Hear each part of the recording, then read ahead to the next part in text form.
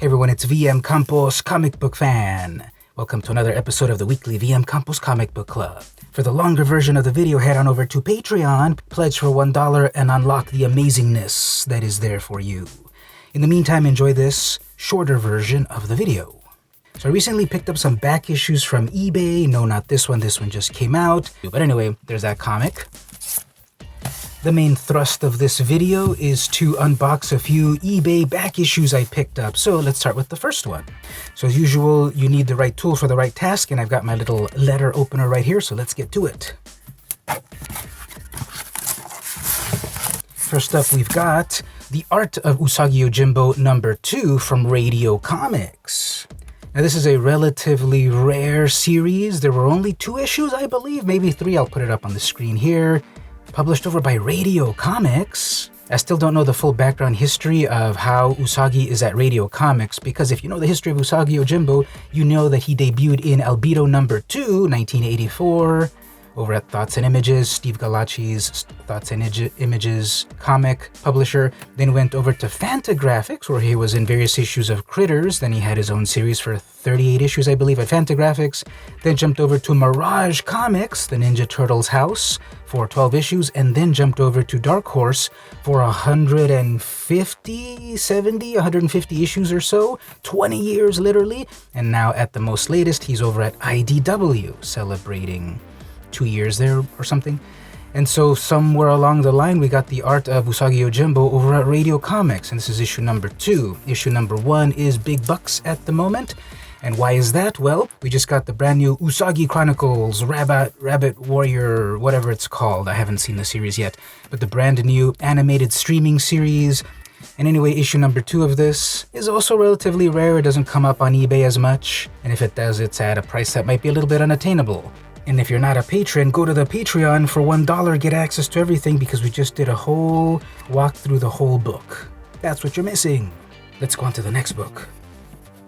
We've got a stylish green package, perfect for Christmas time, Christmas in June. So it's like opening presents all over again. Okay, Poison Elves, Hyena. This is issue #1. Mature readers, this is from Sirius. Oh yeah, so I was browsing eBay and these covers stood out. They have this like cartoony style, somewhat realistic style, this goth style, horror comics. To be honest, I don't know too much about Poison Elves. I know it was this underground or creator-owned independent comic. The creator eventually passed on at some point, and I don't know if there's been many more Poison Elves books since his passing. And so I wanted to get this just, for a variety of reasons, including that I'm always looking for interesting comics, underground comics. I'm looking for covers that stand out, independent stuff from the 90s. And this art it's a bit Joseph Michael Linsner-esque. It's not Linsner, but if the interior art is as good as this, I think this is a great purchase. And this is the whole series, Hyena, one of the side stories. Actually, looking here, it says Lewis 04, so I guess this is way into the new millennium. I think the original creator died in the 90s, maybe? I'll put it up on the screen here. Off the top of my head, I don't remember.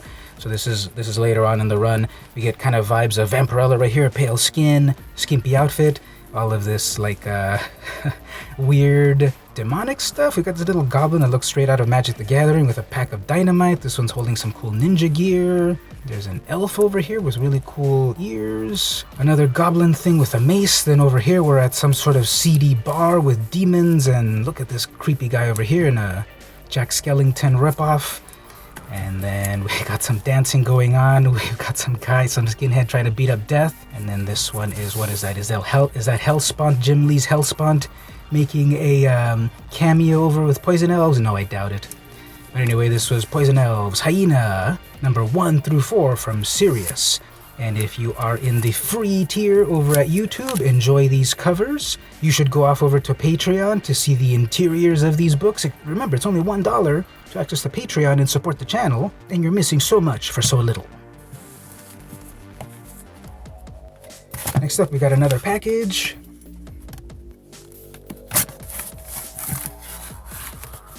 Got a very nice thank you, and then these pull tabs.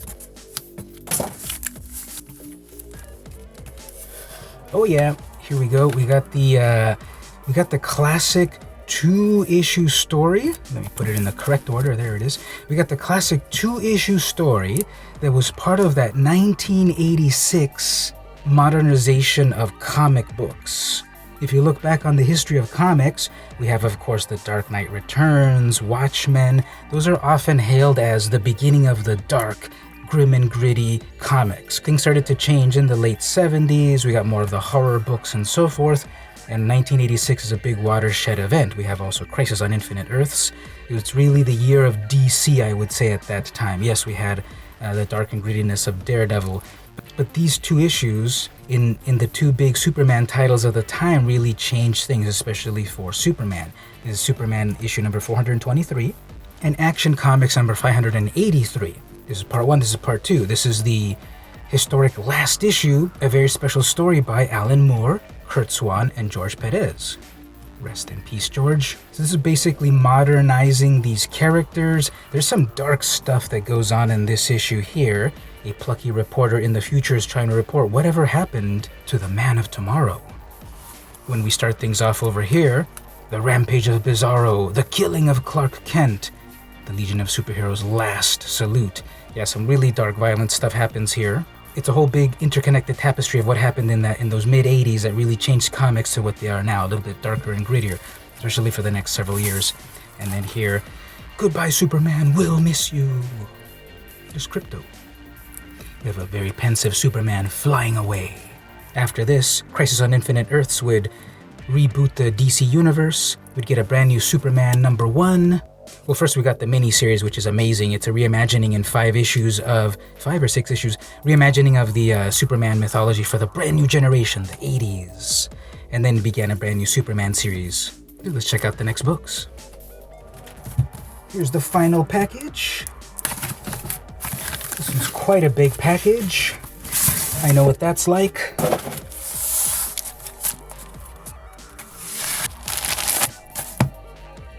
Nice. We got Bram Stoker's Dracula from Topps Comics, still sealed.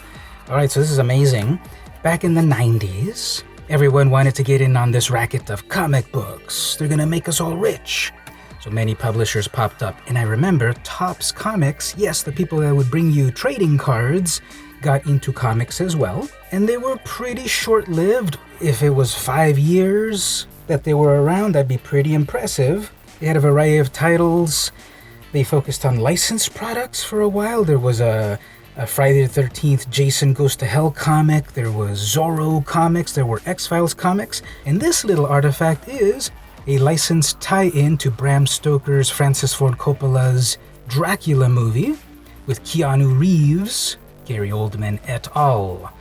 Suggested for mature readers, and what do we see here? We can tell the style, of course, even if you didn't see the signature. This is a Mike Mignola Hellboy cover and interior art, along with Roy Thomas, writer. So anyway, because it was the 90s, we had gimmicks. This is poly-bagged, full-color collector's item issue with 4 exclusive Topps cards and behind-the-scenes photos and interviews. So there we go. Ooh, nice. So we got the various cards. That was also the time of everyone had cards, and I loved them. That was another aspect that I loved of comics in the 90s. So this one continues that with 4 cards. Issue number 2 of 4, we got a poster, 4 cards, behind the scenes photos and interviews, just beautiful Mignola art. This is the number 1 reason to pick this up. We got Mike Mignola doing a movie adaptation, a big Hollywood movie adaptation, and then cards. So this is a reason to pick this up, and then just this grotesque one over here, and then issue number 4. And so this one's also poly-bagged. Amazing cover right here. A little bit busy perhaps, but these reds and yellows really stand out. You get Mignola's style. And then the cards on the back, well. So I'll probably open these on an actual issue, on another episode of the series later on when I'll go through these individually. Tell me in the comments if you want me to open these 90s treasures up or just enjoy them poly-bagged forever. I think comics should be enjoyed. So we'll probably do an episode later on where I crack each of these and just marvel at some Mike Mignola art. And there we go. Those are the things that I picked up this week on this eBay haul. What did you like? What was interesting? What was surprising? What have you read before? What do you have in your collection? Tell me about it in the comments. If you watch the short and sweet version on YouTube, head on over to my Patreon, patreon.com/vmcampos, where I go into more detail in each of these books. Unlock the Patreon version for only $1 per month. What a deal. Over there on the Patreon, you get longer versions of the videos. In any event, don't forget to like, comment, share, subscribe, ring the bell, battle the Minotaur, do all that good stuff. If you really enjoy my content, consider pressing that join button here on YouTube or clicking that thanks button to help out the channel.